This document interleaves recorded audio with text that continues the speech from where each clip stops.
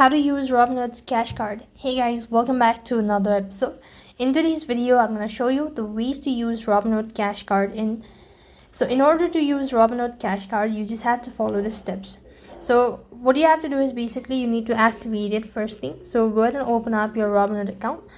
When you open up your Robinhood account, this is how it's gonna look like. Since my application hasn't been approved, so there are limited features available.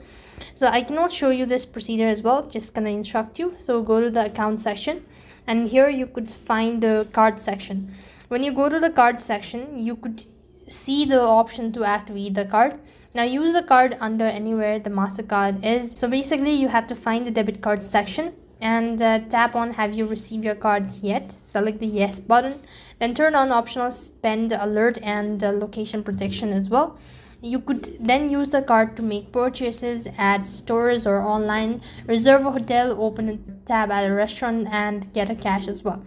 You could use the virtual card online and through Apple Pay, Google Pay, and Samsung Pay as well. So this way you could use your Robinhood Cash Card. That's all for this video. I hope the video was helpful. Make sure to like, share, and subscribe to our channel. Thank you for watching. See you in the next video.